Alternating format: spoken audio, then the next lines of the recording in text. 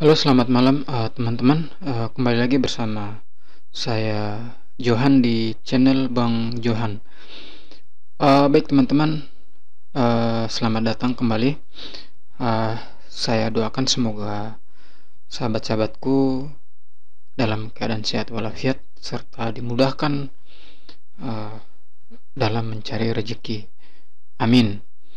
Baik, sahabat-sahabatku, video ini saya khususkan untuk teman-teman pemula, yaitu tentang cara bagaimana kita bisa memastikan atau kita mengetahui semua perangkat ya, atau hardware maupun software, secara khusus untuk perangkat hardware ya, itu semuanya sudah berjalan secara normal di komputer atau laptop teman-teman.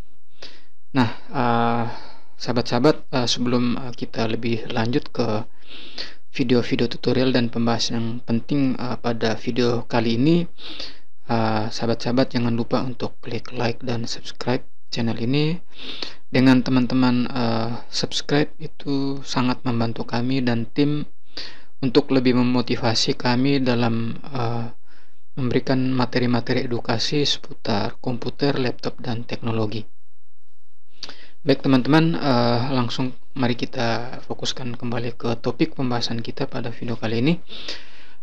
Jadi seperti yang saya sampaikan di awal, di video kali ini kita secara khusus membahas bagaimana cara kita mengetahui spesifikasi komputer, dalam hal ini hardware, apakah sudah berjalan dengan normal atau belum, yang sudah kita pasang atau sudah kita instalkan ke dalam komputer atau laptop kita. Nah, sahabat-sahabat, saya berikan ilustrasi. Jadi misalkan komputer teman-teman awalnya menggunakan hard disk ya. Nah, kemudian teman-teman ingin mengganti atau upgrade menggunakan SSD. Nah, ketika teman-teman udah memasang SSD, nah tentu kita perlu pastikan apakah SSD-nya sudah berjalan dengan normal dan apa tipe atau merek dari SSD-nya. Nah, kemudian misalkan kita mengganti VGA dari komputer. Nah, setelah kita memasang VGA-nya, kartu VGA-nya, nah kita kan perlu mengetahui lebih pasti spek VGA-nya, kemudian apakah VGA-nya berjalan normal. Nah, biasanya kan ketika kita membeli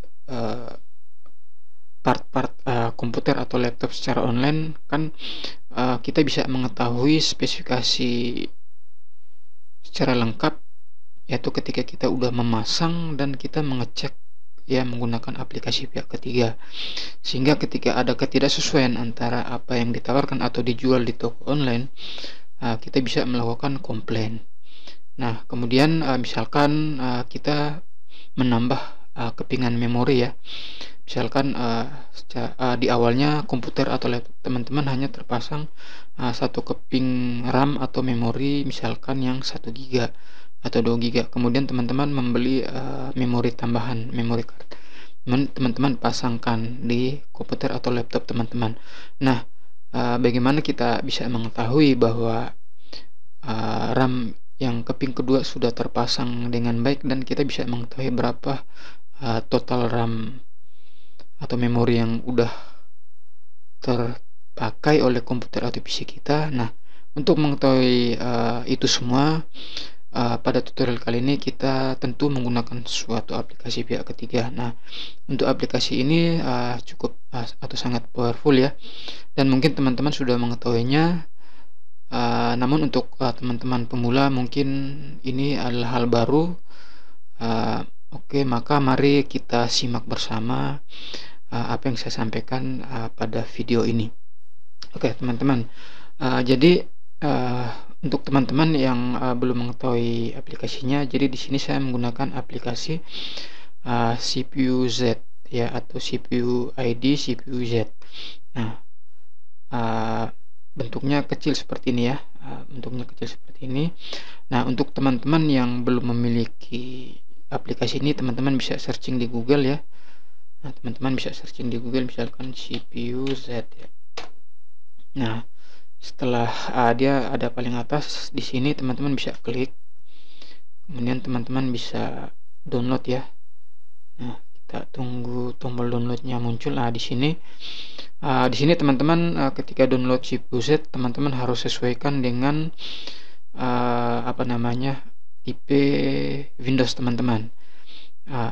Apakah Windows teman-teman tipe 32 atau 64 bit. Nah, untuk mengetahui Windows teman-teman 32 atau 64 bit, teman-teman bisa menggunakan cara seperti ini ya. Ini saya coba flashback dulu ya untuk mengetahui spesifikasi daripada OS atau sistem operasi daripada Windows kita yang terinstall di laptop maupun di PC. Nah, untuk mengeceknya teman-teman bisa klik biasa di folder ya seperti ini teman-teman. Kemudian teman-teman bisa klik seperti ini dan properties. Nah, ketika udah dibuka seperti ini, di bagian about atau tentang PC atau laptop teman-teman secara general, teman-teman bisa melihat di sini bahwa di sini menggunakan Windows 10 Pro dan tipe Windows-nya di sini menggunakan 64 bit ya. Nah, sistem type itu menggunakan 64 bit, sehingga ketika teman-teman mendownload aplikasi ini atau aplikasi apapun, teman-teman harus sesuaikan dengan tipe 64 bit atau 32 bit. Nah, karena saya menggunakan 64 bit, maka saya akan download yang ini. Nah, kebetulan CPU Z ini dia support untuk 32 dan 64 bit. Nah, teman-teman silahkan klik dan tunggu sampai terdownload. Nah, kemudian teman-teman bisa install seperti biasa. Nah, karena saya di sini sudah menginstal CPU Z, nah kemudian di sini saya buka dan tampilannya seperti ini. Nah, di sini menggunakan CPU Z, teman-teman bisa melihat semua perangkat dan semua proses itu berjalan ya.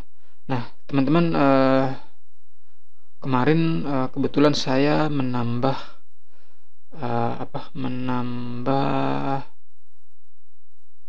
RAM ya.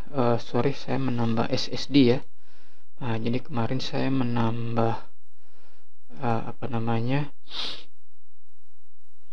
saya menambah RAM ya, dari 1 keping menjadi 2 keping. Oke. Nah, teman-teman, jadi di sini teman-teman bisa melihat nama prosesor yang kita gunakan, kemudian soket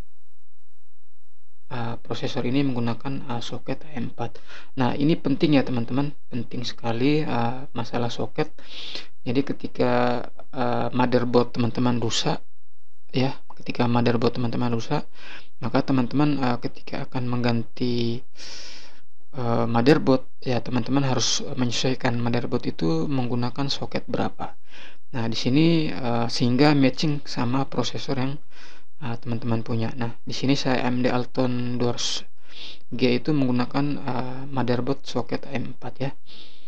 Nah, kemudian di sini ada logo AMD-nya. Nah, kemudian di sini kita bisa melihat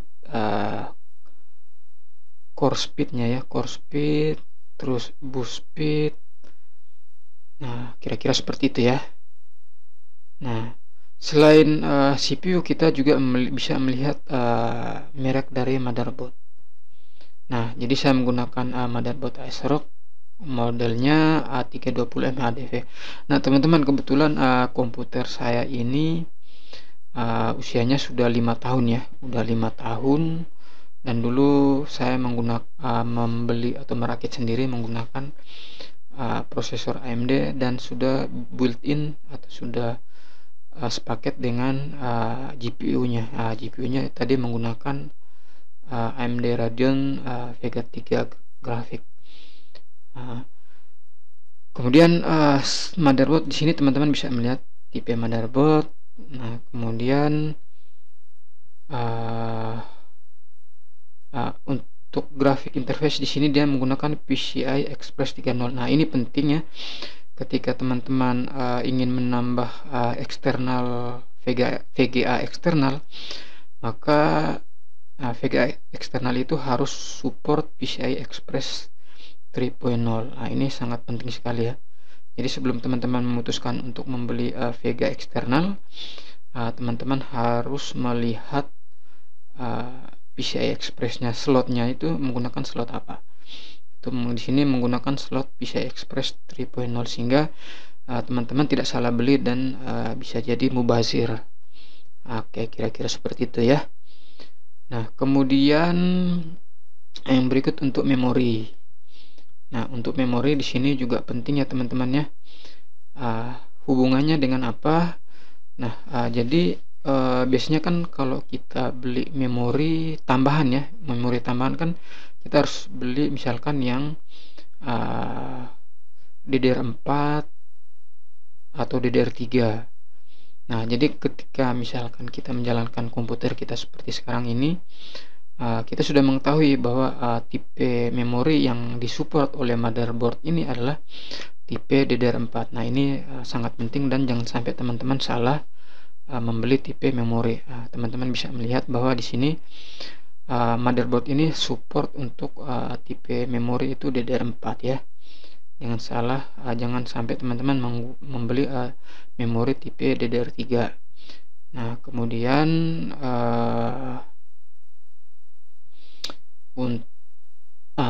untuk encore frekuensinya kan ada. Ini juga perlu teman-teman perhatikan. Kan biasanya kalau teman-teman beli memori secara online itu kan ada yang speednya itu nggak disupport oleh motherboard ya. Jadi tuh hati-hati ya teman-teman ketika membeli memori. Nah, kemudian di sini teman-teman bisa lihat, I see, oke. Jadi lebih jelasnya tentang memori teman-teman bisa lihat di menu SPD ya. Nah, jadi memorinya DDR4. Nah, per slotnya ini kan saya menggunakan 2 slot ya. Nah, ini untuk slot pertamanya itu 4 GB dan slot keduanya juga 4 GB. Nah, kemudian penting bagi teman-teman ketika membeli memori itu yang speednya ada yang 1200 MHz ya, seperti ini. Nah, saya menggunakan RAM pabrikan dari Teams Group seperti ini ya.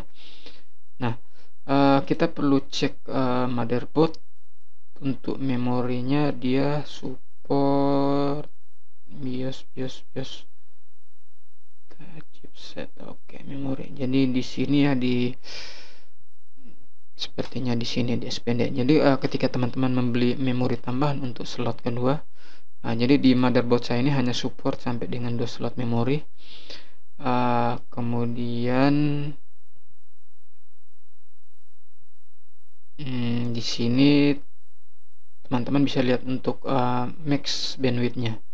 Untuk max bandwidth daripada memori yang teman-teman beli itu adalah DDR4 2400 ya. Kan ada DDR4 1200, ada DDR4 6000.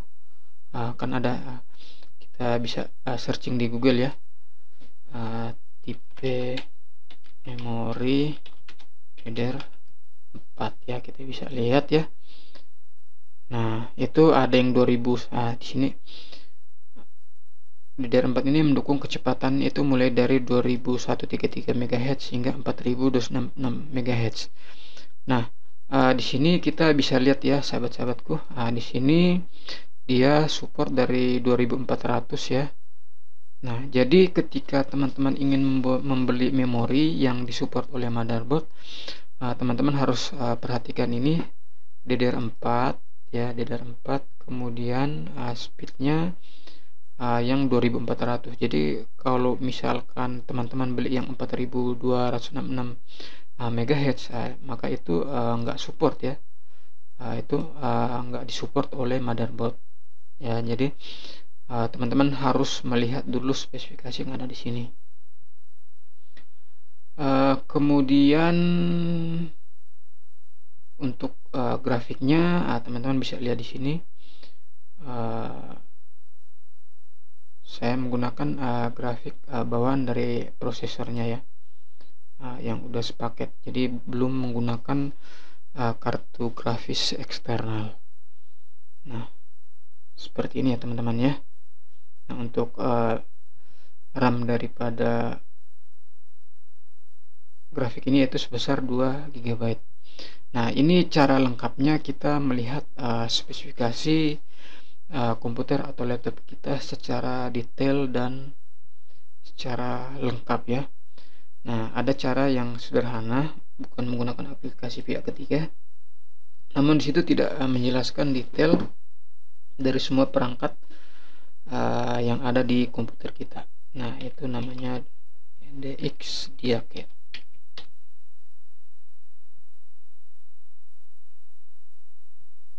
Oke, sorry.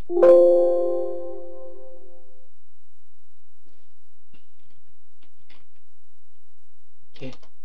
Nah, kalau yang secara manual ya, yang secara tanpa aplikasi pihak ketiga itu kita bisa menggunakan menggunakan kunci bawaan Windows, yaitu teman-teman bisa ketikkan di sini DX Diak tadi ya. Tekan enter maka akan muncul spesifikasi daripada komputer atau laptop kita. Nah, namun jika teman-teman ingin yang lebih detail, teman-teman bisa menginstal aplikasi pihak ketiga yang namanya CPU Z. Oke, kira-kira seperti ini. Oke teman-teman, mungkin seperti itu saja tutorial gimana cara kita bisa melihat semua spesifikasi dari laptop ataupun komputer kita. Oke teman-teman, saya harap teman-teman bisa paham, khususnya teman-teman yang masih pemula, yang baru terjun, yang mungkin baru membeli laptop atau komputer. Teman-teman bisa mengikuti saran yang saya sampaikan di video saya ini. Nah, dan ini juga menjadi penting kepada teman-teman ketika akan membeli atau mengupgrade PC-nya ya. Nah, ketika mengupgrade PC-nya kan tentu teman-teman bisa mengupgrade CPU-nya. Ketika teman-teman mengupgrade CPU, teman-teman tentu harus melihat spesifikasi dari motherboard teman-teman. Nah, motherboard teman-teman itu support untuk CPU jenis atau tipe apa ya, jangan sampai teman-teman salah beli. Kemudian begitu juga untuk kartu grafisnya. Untuk Vega eksternal teman-teman harus mengecek di sini dia support support PCI Express berapa untuk slotnya. Nah, itu juga perlu teman-teman perhatikan. Kemudian untuk RAM-nya teman-teman perlu perhatikan clock speednya. Untuk motherboard ini dia maksimal berapa slot dan clock speednya itu di range berapa ya, jangan sampai teman-teman beli yang kegedean, takutnya jadi mubazir. Oke teman-teman, jadi hanya seperti itu saja ya. Ini sangat-sangat sederhana dan bagi teman-teman pemula mungkin sangat-sangat gampang untuk dapat dipahami. Oke sahabat-sahabatku, sekian saja video tutorial dari saya pada kesempatan ini. Kita akan ketemu kembali di video-video yang selanjutnya. Nah, harapan saya teman-teman tolong bantu kami dengan subscribe atau bergabung di channel kami, dan juga like dan share video-video kami jika video-video kami dirasa berguna dan bermanfaat untuk kehidupan teman-teman. Oke, see you guys. Sampai jumpa di video-video tutorial yang akan datang. Oke, salam semangat.